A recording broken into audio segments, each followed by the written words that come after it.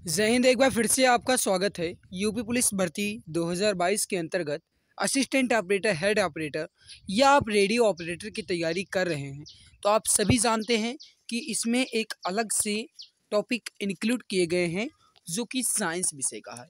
My dear friends, कहने का मतलब ये है कि इसमें फिजिक्स के भी क्वेश्चंस आने वाले हैं, चाहे वो असिस्टेंट ऑपरेटर का एग्ज़ाम हो, हेड ऑपरेटर का एग्ज़ाम हो या फिर वो आपका रेडियो ऑपरेटर का एग्ज़ाम हो। इसमें साइंस के क्वेश्चन आएंगे फिजिक्स सब्जेक्ट से। माय डियर फ्रेंड्स, मैं आपको यहाँ पर बता दूँ, ये आज हमारी लगभग कहा जाए तो लगभग 15 से 20 दिन बाद क्लास हो रही है साइंस की, क्योंकि टाइम नहीं मिल पा रहा था। किसी तरीके से हम आपकी जी की क्लास को ही मैनेज करते थे, लेकिन आज मैं बहुत ही कोशिश करके क्लास आपके ले रहा हूँ। और मैंने आज ये सुबह ही ठान रखा था कि किसी भी तरीके से चाहे कुछ भी हो जाए, लेकिन मैं आज आपकी साइंस की क्लास ज़रूर लूँगा। माय डियर फ्रेंड, ये हमारी साइंस की क्लास नंबर 31 है। इसके पहले हमने क्लास नंबर 30 तक अच्छे से कंप्लीट कर लिया है। अगर आपने नहीं देखा तो आप चैनल की प्लेलिस्ट को विजिट कर सकते हैं और वहां पर जाकर के आप क्लास को क्रम के अनुसार देख सकते हैं। माय डियर फ्रेंड्स, आइए आज की इस क्लास की शुरुआत करते हैं। देखो, सफलता पाने के लिए या फिर सफल होने के लिए जेब में गांधी हो या ना हो, पर दिल में आंधी जरूर होनी चाहिए। ये बात जो लिखी गई है, बहुत ही लाजवाब बात लिखी गई है कि सफलता होने के लिए या सफलता पाने के लिए या सफल होने के लिए दिल में गाइस आपकी आंधी होनी चाहिए, चाहे आपके जेब में गांधी हो या ना हो। कहने का मतलब है, अगर आपकी जेब में पैसे हैं या नहीं है वो बात अलग की है, लेकिन अगर आपके दिल के अंदर जुनून है कुछ कर दिखाने का तो गाइस आप सफल ज़रूर हो पाएंगे। बहुत ही ज़बरदस्त लाइन लिखी गई है कि सफलता पाने के लिए जेब में गांधी हो या ना हो, पर दिल में आंधी जरूर होनी चाहिए। मेरे प्यारे भाई, आइए इसी आशा जोश उम्मीद के साथ हम बढ़ते हैं क्वेश्चन की तरफ। आपके सामने पहला क्वेश्चन रखते हैं। डियर, मैं आप सभी को यहाँ पर बता दूं कि जो भी क्वेश्चंस आपके लिए लेकर आए गए हैं, अगर आपको क्वेश्चन टफ लगते हैं तो कृपया आप इसका स्क्रीनशॉट ले लेना, उसके बाद अपने नोट्स में लिख लीजिएगा। चलिए आज के इस क्वेश्चंस की तरफ बढ़ते हैं। पहला क्वेश्चन आपके सामने एनडीए 2018 के सेकंड पाली में क्वेश्चन पूछा गया है। क्वेश्चन क्या कह रहा है कि पराध्वनिक तरंगों की जो आवृत्ति है ये कितनी होती है। देखो, मैं आपको बता दूं, मैंने गाइज यहाँ पर आज आपके क्वेश्चन जो भी लिए हैं, अगर आपको टफ लगता है तो आप गाइज उसका स्क्रीनशॉट तुरंत ले लेना, और क्वेश्चन आपके इंपॉर्टेंट क्वालिटी के हैं। अब आप सभी जानते हैं कि पराध्वनिक तरंगों की जो आवृत्ति होती है ये 20 किलो हर्ट्ज से अधिक होगी। माय डियर फ्रेंड, जो इसका सही आंसर हो जाएगा वो हो जाएगा यहाँ पर आपका option number D, 20 kilo hertz से अधिक। अगला है कि ध्वनि तरंगों या ध्वनि तरंगें निम्नलिखित में से किससे होकर नहीं गुजर सकती। CDS 2018 के फर्स्ट पाली के क्वेश्चन है, जो कि आपके एग्जाम की दृष्टि से काफ़ी ज़्यादा इंपॉर्टेंट है, तो फटाफट आंसर दीजिए। हवा में रखा हुआ तांबा का तार, या फिर गाइस हवा में रखी हुई चांदी की पहिया या पटिया या पट्टी कहा जाए, या फिर पानी में रखा हुआ कांच का प्रिज्म, इन तीनों से गाइस ध्वनि तरंग या फिर कहा जाए तो ध्वनि गुजर सकती है। लेकिन निर्वात में रखा हुआ लकड़ी का खोखला पाइप या निर्वात में अगर कोई भी चीज़ें रखी हैं तो उससे ध्वनि नहीं गुजर पाएगी। कहने का मतलब है मेरे प्यारे भाई कि ध्वनि जो है इसके लिए किसी न किसी माध्यम की ज़रूरत होती है, और जब तक गाइस जैसे कोई माध्यम नहीं मिलेगा तब तक ये संचरण नहीं कर सकती। यानी ध्वनि जो है ये सबसे ज़्यादा अगर कहा जाए किस में गति करती है तो माय डियर फ्रेंड्स याद रखना, ध्वनि जो है ये सबसे ज़्यादा ठोस में संचरण करती है। एंड अगर कहा जाए किस में भाग नहीं ले पाती या किस में भागती नहीं है तो वो निर्वात में नहीं चल सकती। तो मेरे प्यारे भाई, निर्वात में रखा हुआ लकड़ी का खोखला पाइप यहाँ पर आपका बिल्कुल सही होगा। जो भी डी फ्रेंड्स यहाँ पर ऑप्शन डी बता रहे हैं बिल्कुल सही आंसर हो जाएगा। अगला क्वेश्चन आपके सामने MPPSC प्रीलिम्स 2018 का क्वेश्चन है। क्वेश्चन है कि मनुष्य की श्रव्यता की सीमा क्या है। देखो, मैं आप सबको बता दूं, कुछ हमारे प्यारे भाई बहन कह रहे हैं कि मैथ एंड रीजनिंग की क्लास, मेरे प्यारे भाई हमारी जो ड्यूटी है ये सही समय से नहीं लगी थी, जिसकी वजह से मैं आपकी मैथ एंड रीजनिंग क्लास नहीं ले पा रहा था। क्योंकि आप सभी को पता है कि मैथ या रीजनिंग की क्लास हो उसके लिए टाइम ज़रूर लगता है, पहले उसे समझना होता है, उसके बाद आपको मैं पढ़ाता हूँ माय डियर फ्रेंड्स। और अब आपकी जो मैथ एंड रीजनिंग की क्लास है ये ज़रूर होगी, भले ही वो किसी परफेक्ट टाइम पर ना हो पाए, लेकिन लेकिन ये ज़रूर है कि आपकी क्लास अब होगी। मेरे प्यारे भाई, मैं कोशिश करूँगा कि ये कोई एग्जैक्ट टाइम हो, लेकिन अगर एग्जैक्ट टाइम पर नहीं होता है तो आप बाद में रिकॉर्डेड क्लास को देख लेना। लेकिन गाइस आपकी क्लास अब ज़रूर होगी, रीजनिंग एंड मैथ की भी। आप सभी समझते हैं हिंदी की तो आपकी होती ही है, इसके अलावा आपकी जीके एंड मैथ की भी क्लासेस हो रही हैं। मेरी प्यारी भाई, मनुष्य की सभ्यता की सीमा या सुनने की सीमा 20 से लेकर के 20,000 हर्ट्ज के बीच है। ऑप्शन ए यहाँ पर आपका बिल्कुल सही होगा। जो भी प्यारे भाई बहन मित्र यहाँ पर ऑप्शन ए बता रहे हैं, बिल्कुल सही आंसर हो जाएगा। अगला है कि सामान्य टीवी रिमोट कंट्रोल में उपयोग की जाने वाली जो तरंगे हैं ये कौन सी होती हैं। और लगभग सभी जानते होंगे गाइस, जैसे आपके यहाँ जो एलसीडी है या गाइस जिसमें आप टीवी वगैरह देखते हो, उसमें आप बिस्तर पर बैठे बैठे रिमोट से गाइस आप चैनल बदलते हो, सीरियल बदलते रहते हो ना, बहुत सीरियल देखते हो मुझे पता है, ठीक है। देखो, लगता है कि आप सीरियल देखते होंगे, वैसे नाराज मत होना। लेकिन गाइस कहा जाए तो जैसे आप मान लीजिए कि आप किसी बेड पे बैठे हुए हैं और आप रिमोट से उसका सीरियल का जो चैनल होता है उससे बदल रहे हैं, और आप उस रिमोट से गाइस जो बदल रहे हैं उस रिमोट से कौन सी वेब्स निकल रही है या उस रिमोट से कौन सी तरंग निकल रही है, यह क्वेश्चन आपसे इस पूछा गया है इसमें। तो डियर फ्रेंड, जो इसका सही आंसर हो जाएगा वो हो जाएगा अवरक्त किरणें या फिर अवरक्त रेस निकलती है। जो भी प्यारे भाई बहन मित्र यहाँ पर ऑप्शन सी बता रहे हैं बिल्कुल सही हो जाएगा, करेक्ट आंसर हो जाएगा। अगला है कि नीचे दिए गए विकल्पों में से किसमें ध्वनि आर पार नहीं की जा सकती। UPPSC prelims 2002, SSC CGL exam 2008 का क्वेश्चन है। और जो भी मैं क्वेश्चंस आज आपके लिए लेकर आया हूँ गाइज, ये आप सभी जानते हैं फेमस कोचिंग सेंटर है गाइज, सिविल सर्विसेज का दृष्टि कोचिंग सेंटर, उसी से गाइस मैं आपके आज क्वेश्चंस कवर करवा रहा हूँ।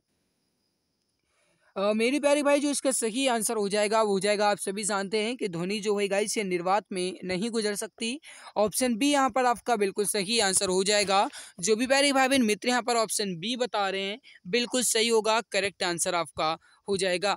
अगला है कि स्पष्ट रूप से प्रतिध्वनि सुनने के लिए परावर्तक सतह और सुनने वाले के मध्य कम से कम जो दूरी होनी चाहिए ये कितनी होनी चाहिए। यूपीपीएससी मेंस 2007 का क्वेश्चन है, लगभग सभी मित्र जानते होंगे, फटाफट आंसर दीजिए। मेरे प्यारे भाई, कम से कम कहा जाए तो जो दूरी होनी चाहिए वो 16.5 मीटर होनी चाहिए। कहीं कहीं आपको 17 मीटर भी देखने को मिल सकता है, लेकिन याद रहे मेरे प्यारे भाई, अगर 17 मीटर देखने को मिलता है तब आप 17 मीटर मतलब क्लिक करेंगे, लेकिन अगर 17 मीटर एंड 16.5 ये दोनों आपको मिलते हैं तब आप 16.5 को ही ग्रीन पर करेंगे। डियर स्टूडेंट, जो इसका सही आंसर हो जाएगा वो हो जाएगा 16.5 मीटर। ऑप्शन नंबर डी आपका बिल्कुल परफेक्ट होगा, करेक्ट आंसर आपका हो जाएगा। अगला है कि ध्वनि का वायु में वेग जो है ये अनुमानतः कितना है। 42 बीपीएससी प्रीलिम्स 1997 का क्वेश्चन है, फटाफट आंसर दीजिए। मेरे प्यारे भाई, अगर आपने अभी तक क्लास को लाइक नहीं किया है तो एक बार सभी मित्र क्लास को दिल की गहराई से लाइक जरूर कर देंगे, क्योंकि अगर मैं आपके लिए मेहनत करता हूँ पूरी जी जान शिद्दत के साथ, आपके लिए अपना कीमती समय खर्च करता हूँ, तो आप सभी मित्र की जिम्मेदारी या फर्ज बनता है कि कम से कम आप क्लास को तो लाइक कर ही दिया करो। तो जो भी प्यारे भाई बहन अभी तक क्लास को लाइक नहीं किया, मैं एक बार लाइक जरूर कर देंगे। ध्वनि का वायु में जो वेग है ये कितना होता है। मेरे प्यारे भाई, जो इसका सही आंसर हो जाएगा वो हो जाएगा 330 मीटर प्रति सेकंड। ऑप्शन सी यहाँ पर आपका जो है ये बिल्कुल करेक्ट हो जाएगा, परफेक्ट आंसर हो जाएगा। तो जो भी डियर फ्रेंड्स यहाँ पर ऑप्शन सी बता रहे हैं बिल्कुल सही हो जाएगा, करेक्ट आंसर हो जाएगा। निम्नलिखित कथनों पर विचार करना है। आईएएस 2007 का क्वेश्चन है, और कथन क्या है कि कम लंबाई की बांसुरी से निम्न आवृत्ति की तरंगें उत्पन्न होती हैं। दूसरा कथन दिया गया है कि ध्वनि शैलों में से केवल अनुदैर्ध्य प्रत्यास्थ तरंगों के रूप में ही प्रगामी होती है। अब आपको ये बताना है कि जो ऊपर दो कथन दिए गए हैं इन दो कथनों में कौन से कथन सही लिखे गए हैं।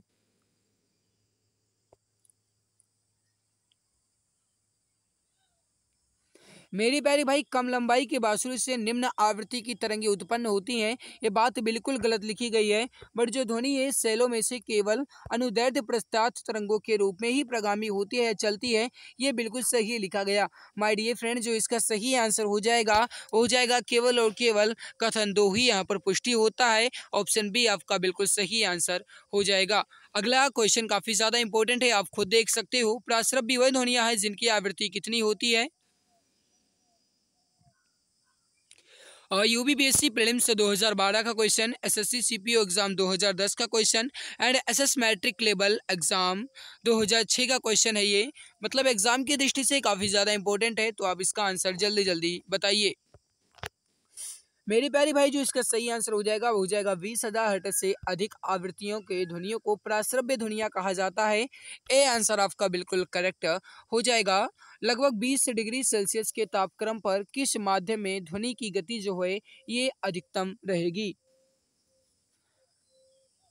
मेरे प्यारे भाई, जो इसका सही आंसर हो जाएगा वो हो जाएगा यहाँ पर आपका लोहा में। मैंने आप सभी को पहले ही बता रखा है कि जो गाइस ध्वनि है ये सबसे अधिक कहा जाए कि इसकी गति जो है ये किस में होती है, तो मैंने आप सभी को पहले ही बता रखा कि ठोस में होती है। कहीं कहीं आपको गाइस ऑप्शन में स्टील नजर आएगा, तो कहीं आपको ठोस आएगा, तो कहीं आपको लोहा मिल सकता है। छत्तीसगढ़ पीएससी प्रीलिम्स 2004 का क्वेश्चन, एग्जाम की दृष्टि से काफी ज्यादा इंपॉर्टेंट क्वेश्चन, तो इसका जो सही आंसर हो जाएगा वो हो जाएगा लोहा। ऑप्शन नंबर डी आपका बिल्कुल करेक्ट आंसर हो जाएगा।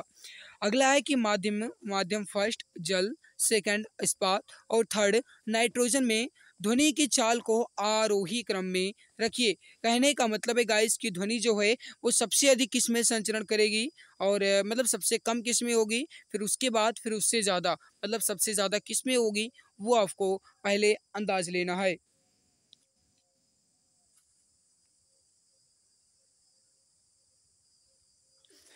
अब देखो मेरे प्यारी भाई, थोड़ा समझने की कोशिश करना।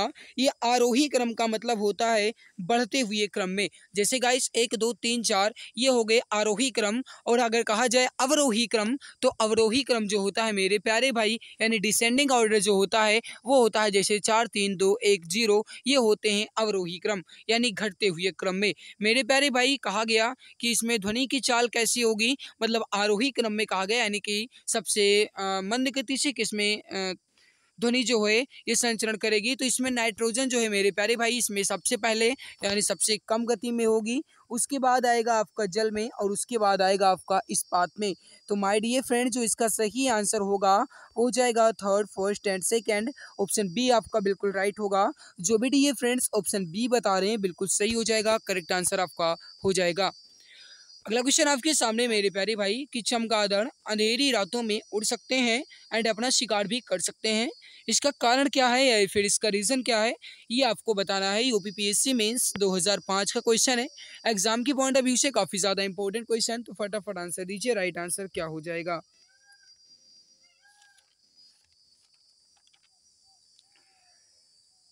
मेरे प्यारे भाई, आप सभी जानते हैं कि जो चमगादड़ होते हैं ये पराध्वनि तरंगे निकालते हैं, एंड पराध्वनि तरंगों को निकालने के कारण गाइस उन्हीं के द्वारा ये निर्देशित भी होते रहते हैं।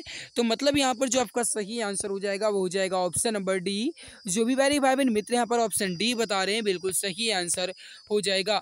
अगला है कि बिजली की खपत का बिल किसके मापन पर आधारित होता है। आपको नीचे 4 ऑप्शन दिए जा रहे होंगे, उन 4 को गाइस देख करके नीचे कोड भाषा का प्रयोग करके आपको आंसर बताना है। बीपीएससी प्रीलिम्स क्वेश्चन पूछा गया है 1995 में।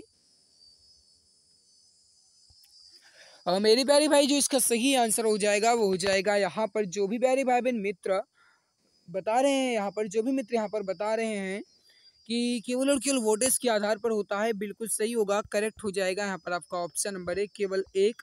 जो भी प्यारे भाई बहन मित्र यहाँ पर ऑप्शन ए बता रहे हैं बिल्कुल सही हो जाएगा। एक मकान में 2 बल्बों में से केवल एक बल्ब दूसरे से अधिक यानी रोशनी देता है या फिर दूसरे से अधिक चमकदार है, और इन दोनों में से किस बल्ब में उच्चतर अवरोधक है, ये आपको बताना है। यूपीपीएससी मेंस 2013 का क्वेश्चन है, एंड इसी लेवल में आपका यूपी पुलिस असिस्टेंट ऑपरेटर में भी एग्जाम आने वाला है। तो बताइए इसका राइट आंसर क्या होगा। मेरे प्यारे भाई, जो इसका सही आंसर हो जाएगा वो हो जाएगा मंद रोशनी वाले बल्ब में, यानी कम रोशनी वाले बल्ब में। ए आंसर आपका बिल्कुल राइट होगा।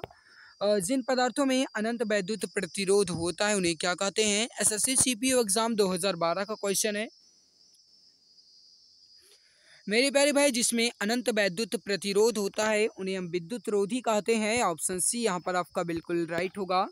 और डायनेमो जो है ये परिवर्तित करता है किसको। यूपीपीएससी मेंस 2012 का क्वेश्चन है। मेरे प्यारे भाई, अगर आपने अभी तक क्लास को लाइक नहीं किया है तो एक बार लाइक ज़रूर कर दीजिएगा, एंड जो चैनल पर पहली बार आए हैं वे कृपया सब्सक्राइब जरूर कर लेंगे, ताकि आने वाली हर लाइव क्लासेस की नोटिफिकेशन आपको टाइम टू टाइम मिला करें। तो जो भी प्यारे भाई बहन अभी तक क्लास को लाइक नहीं किए मैं लाइक ज़रूर कर देंगे। और डायनेमो जो है ये परिवर्तित करता है मेरे प्यारे भाई क्या, ये आपसे पूछा गया। इसका सही आंसर हो जाएगा यांत्रिक ऊर्जा को विद्युत ऊर्जा में। राइट होगा यहाँ पर आपका ऑप्शन नंबर सी। अगला है कि फ्यूज में प्रयुक्त होने वाले तार की विशेषता कैसी होती है। इसका आंसर आप सभी मित्र बताएंगे। राइट आंसर क्या हो जाएगा, फटाफट आंसर दीजिए। मेरे प्यारी भाई जो उच्च प्रतिरोधक शक्ति है या फिर गाइस निम्न गलनांक है, ये होते हैं फ्यूज में तार जो गाइस लगे होते हैं, उसके मतलब विशेषता होती है, उसकी क्वालिटी होती है, उसके गुण होते हैं। तो यहाँ पर जो आपका सही आंसर हो जाएगा वो हो जाएगा ऑप्शन सी। नेक्स्ट है कि कौन सर्वोत्तम चालक है, यानी गाइस मतलब कुल मिलाकर के आपसे ये कहा गया कि इसमें विद्युत का सबसे अच्छा चालक कौन सा है, ये आपको बताना है। अगर आपने लाइक नहीं किया तो लाइक ज़रूर कर देना, क्योंकि गाइज आपकी जिम्मेदारी है, ये फ़र्ज़ बनता है। मेहनत अच्छी लगती है, लगता है मैं मेहनत करता हूँ, लगता है कि आपका इस बार सिलेक्शन होगा ज़रूर, तो एक बार लाइक ज़रूर कर देंगे सभी प्यारे भाई। राइट जो होगा यहाँ पर सर्वोत्तम चालक होगा मेरे प्यारे भाई, वो हो जाएगा यहाँ पर चांदी। ऑप्शन डी आपका बिल्कुल करेक्ट हो जाएगा, परफेक्ट आंसर हो जाएगा। प्रत्यावर्ती विद्युत धारा को दृष्ट धारा में परिवर्तित किया जाता है किसके द्वारा। यूपी यूडीए एलडीए मेंस 2010 का क्वेश्चन है, एग्जाम की पॉइंट ऑफ व्यू से काफी ज्यादा इंपॉर्टेंट है, फटाफट आंसर दो। मेरी प्यारी भाई यहाँ पर प्रत्यावर्ती धारा को दृष्ट धारा में बदलने के लिए हम रेक्टिफायर का प्रयोग करते हैं, या रेक्टिफायर उपकरण के द्वारा प्रत्यावर्ती धारा को दृष्ट धारा में चेंज किया जा सकता है। राइट होगा यहाँ पर आपका ऑप्शन नंबर डी। अगला, सामान्यतः ट्यूबलाइट में कौन सी गैस होती है। एमपीपीएससी प्रीलिम्स 1996 का क्वेश्चन है। मेरे प्यारे भाई अगर आपसे कहा जाता है ट्यूबलाइट में कौन सी गैस होती है, तब आप कहेंगे आर्गन के साथ मरकरी। राइट होगा यहाँ पर आपका ऑप्शन सी। अगला है कि निम्नलिखित में से कौन सा एक रेडियो एक्टिव नहीं है। देखो मैंने केवल और केवल आपके एग्जाम की दृष्टि से इंपॉर्टेंट क्वेश्चन ही चूज किए हैं, तो क्वेश्चन के नंबर को बिल्कुल ना देखना। आईएएस 2001 में क्वेश्चन पूछा गया कि इसमें कौन सा पदार्थ रेडियो एक्टिव पदार्थ नहीं है।